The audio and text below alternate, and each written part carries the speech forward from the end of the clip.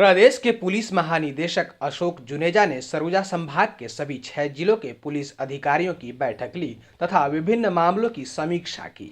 उन्होंने पत्रकारों से चर्चा के दौरान बताया कि नक्सल ऑपरेशन, चिट फंड कंपनियों के मामले, नशा पर हो रही कार्रवाई, ST-SC के मामले, रोड सेफ्टी के मामले एवं दुर्घटना के केस सहित कई विषयों पर समीक्षा की गई है। साथ ही अलग अलग SP के द्वारा अपने अपने क्षेत्र में किए जा रहे इनिशिएटिव कार्यों को भी प्रोत्साहित किया है। सभी पुलिस अधीक्षक यहाँ 6 पुलिस अधीक्षक यहाँ उपस्थित थे और इम्पोर्टेंट सब डिवीज़न के SDOP, CSP साहिबान थे और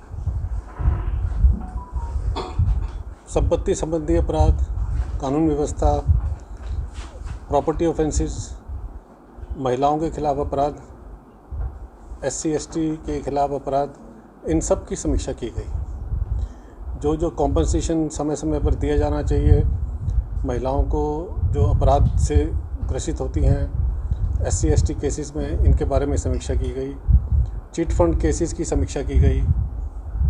नशे के जो ड्रग्स का जो कारोबार छत्तीसगढ़, उसमें जो ट्रांजिट रूट के रूप में यूज़ हो रहा है, उसके बारे में जो अलग माननीय मुख्यमंत्री जी के निर्देशानुसार जो चेक पोस्ट हमने स्थापित की है, उन चेक पोस्ट पे सीजर, बड़े ड्रग ट्रैफिकर्स का जो नेटवर्क को ब्रेक करना, उसके बारे में और काफ़ी अन्य विषयों पे बहुत विस्तृत से आज पूरी रेंज में चर्चा की गई थी।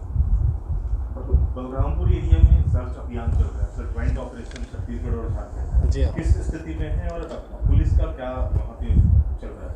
नक्सल के बारे में भी हमने समीक्षा की। ADG नक्सल ने अपना प्रस्तुतिकरण दिया और उसमें जो SP बलरामपुर, SP जशपुर ने अपनी प्रतिक्रिया भी दी। रेंज IG साहब ने प्रतिक्रिया दी। हमने पहले ही इस झारखंड और छत्तीसगढ़ ने मिलकर पहले से जो इंटर स्टेट बॉर्डर पे बोताई मोड़ पे अपने नवीन कैंप एस्टेब्लिश किया था। अभी जो एक जॉइंट ऑपरेशन हुआ बूढ़ा पहाड़ के अंदर भी, बूढ़ा पहाड़ से भी काफ़ी नक्सली खदेड़े गए और अभी टेम्प्रेरी कैंप हमने एक पुंदाग में एस्टेब्लिश किया है। पुंदाग में CRPF है और झारखंड पुलिस के अधिकारी हैं और छत्तीसगढ़ पुलिस की भी एक टीम वहाँ पे अभी उपस्थित है कि अगर बूढ़ा पहाड़ से नक्सली वहाँ से अगर खदेड़े गए हैं तो अगर बूढ़ा पहाड़ की तरफ से आने की कोशिश करें तो हम उसको वहीं पे उनको रोक सकें। तो ये अभियान भी निरंतर चलेगा और ये कैंप हमारा परमानेंट एस्टेब्लिश होगा पुंदाग के ऊपर। सर, इतने सालों बाद आप पहुँचे हुए हैं, किस तरह के निर्देश दिए, कुछ कमी पाई जिस पे काम करने की जरूरत है सरगुजा संभाग में? देखिए, ओवरऑल तो स्थिति संतोषजनक है, लेकिन ये हमारी जैसे संपत्ति संबंधी अपराधों में कहीं पर ज़्यादा चोरी हुई, कहीं पर नकबजनी ज़्यादा हुई, उसकी बरामदगी का प्रतिशत कम है। कन्विक्शन का रेट के ऊपर भी हमने प्रतिक्रिया जाहिर की। रोड सेफ्टी में, रोड एक्सीडेंट्स के ऊपर भी। तो परफेक्शन वाली स्टेज को लाने के लिए जो दिशा निर्देश दिए जाते हैं, तो दिशा निर्देश दिए गए, पर ऐसी कोई स्थिति, कोई ज्वलंत मुद्दे लॉ एंड ऑर्डर के अभी यहाँ पे नहीं है जिसके कारण कि अपने को कोई चिंता करनी चाहिए। सर, कई जिलों में देखा जा रहा था कि माननीय उच्च न्यायालय के आदेश गिरफ्तारी पर, उसके बाद गिरफ्तारी क्यों होती है? ये भी निर्देश दिए गए कि माननीय न्यायालय के जो निर्देश हैं वो गिरफ्तारी के बारे में नहीं, अन्य कोई भी निर्देश हों, कोई भी अधिकारी कर्मचारी अगर जाता है, माननीय उच्च न्यायालय को निर्देश देता है, तो तत्काल वहाँ पे उनका OIC नियुक्त किए जाएँ, समय पर जवाब दावा प्रस्तुत किया जाए और जितने पेंडिंग जो जवाब दावा थे, जो कि अभी उनकी टाइमलाइन अभी नहीं आई है, उसके बारे में भी जो हमने आंकड़े हैं वो जिले को दिए हैं। सर, हाईवे पेट्रोलिंग एक मामला है, अंबिकापुर बिलासपुर में दुर्घटना हो रही है, काफ़ी कैजुअल्टी आ रही है। रोड सेफ्टी के बारे में भी हमने माननीय मुख्यमंत्री जी ने काफ़ी संवेदनशीलता जाहिर की है और रोड एक्सीडेंट्स में कमी लाने के लिए प्रयास किया जाए, ऐसा मुझे निर्देशित किया है। इसके बारे में के अंदर भी हमने काफ़ी विस्तृत में चर्चा की कि जो हमारे बीट कांस्टेबल हैं, चाहे वो थाने के हों, चाहे वो ट्रैफिक कांस्टेबल हों, वो घटनास्थल पर जरूर जाएं। घटनास्थल पर जाने से ये पता चलता है कि एक्सीडेंट का कारण क्या था। अगर एक्सीडेंट का कारण पता चलेगा तो हमारा डेटा उस हिसाब से, FIR उस हिसाब से बनती है और जब FIR ठीक बन जाएगी तो फिर हमारा जो उसको प्रिवेंट कैसे करना है उसको अपन प्रिवेंशन में भी लाएंगे। और मैंने इसमें निर्देश दिए हैं पुलिस अधीक्षक को कि रोड सेफ्टी की जो जिला स्तरीय मीटिंग है जिसमें कलेक्टर अध्यक्ष होते हैं, तो कलेक्टर साहब के साथ समन्वय स्थापित करके हर माह एक तो रोड सेफ्टी की मीटिंग ली जाए, उसके बाद जो DLSA की मीटिंग होती है, डिस्ट्रिक्ट लीगल सर्विस अथॉरिटी की मीटिंग, उसको भी क्रियान्वयन किया जाए। और जो ट्राइबल जिसके अंदर हमारे जो SC/ST केसेस होते हैं जिसके अंदर हमको कॉम्पनसेशन देना होता है, उस मीटिंग के बारे में भी जिला कलेक्टर और जिला SP मिलकर काम करें। सर, हमारे जिले में नवा बिहान जो कार्यक्रम चल रहा है काफ़ी अच्छा चल रहा है, काफ़ी कार्रवाई हो रहा है, तो इसके बारे में कुछ समीक्षा की सर?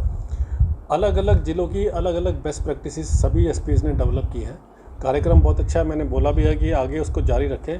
और पुलिस अधीक्षक को निर्देश भी दिए गए हैं कि जैसे अपने प्रदेश में काफ़ी SPs ने, अभी जशपुर SP ने थे, उन्होंने पूरे के पूरे वाहनों की नीलामी करवाई। फिर एक हमारे जो SP अभी कोरबा हैं, उन्होंने भी एक नशे के विरुद्ध एक अच्छा कार्यक्रम चलाया।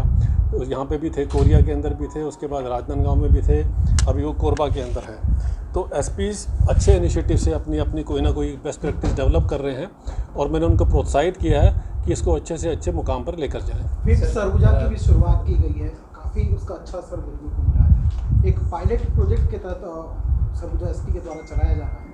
क्या लगता है, ऐसे प्रोजेक्ट को प्रदेश स्तर पर लागू करना चाहिए?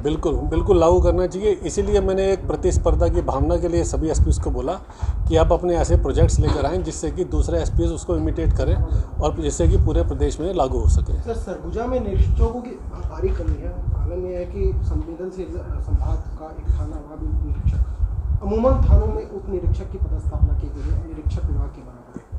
और ऐसे में IT एक्ट जैसे मामले हैं वो प्रभावित होते हैं, काम चलाना पड़ता है और जिस वजह से काफ़ी दिक्कतों का सामना करना पड़ता है। तो ऐसे निरीक्षकों की पदस्थापना कमी पूर्ति की जाएगी। और आपको ये भी संज्ञान में होगा कि बहुत समय बाद, 10 साल बाद, एक्चुअली 12 साल बाद सब इंस्पेक्टर्स की भर्ती हमारी प्रक्रियाधीन है।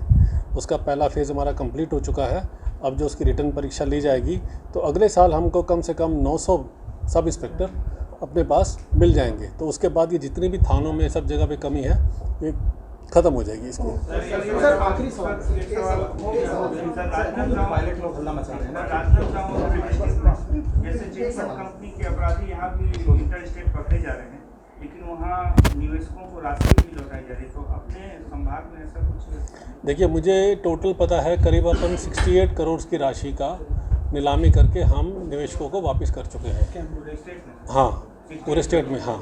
और अभी हम पूरा प्रयासरत हैं।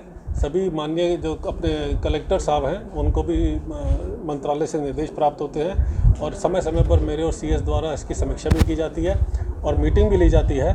ये 3 फेजेस में होता है। पुलिस अधीक्षक अपने केसेस को कलेक्टर साहब के सामने प्रस्तुत करते हैं, कलेक्टर साहब फिर न्यायालय में देते हैं, न्यायालय से फिर आदेश जारी होता है, फिर उसके बाद उसकी नीलामी की प्रक्रिया होती है। प्रक्रिया लंबी जरूर है लेकिन कार्रवाई हमारे प्रदेश के हिसाब से हमारे प्रदेश में बहुत अच्छी कार्रवाई इसके अंदर हो रही है, जो कि बाकी प्रदेशों के लिए भी एक सीख है। सर, एक सवाल सर, अदर स्टेट के एट्रोसिटी एक्ट जो हमारे स्टेट में लग रहे हैं, अदर स्टेट का आदिवासी इस स्टेट में आजाद थाने में जो FIR कर रहा है, शासन का तो करोड़ों रुपए लॉस हो रहा है, इसमें आप क्या कहेंगे सर?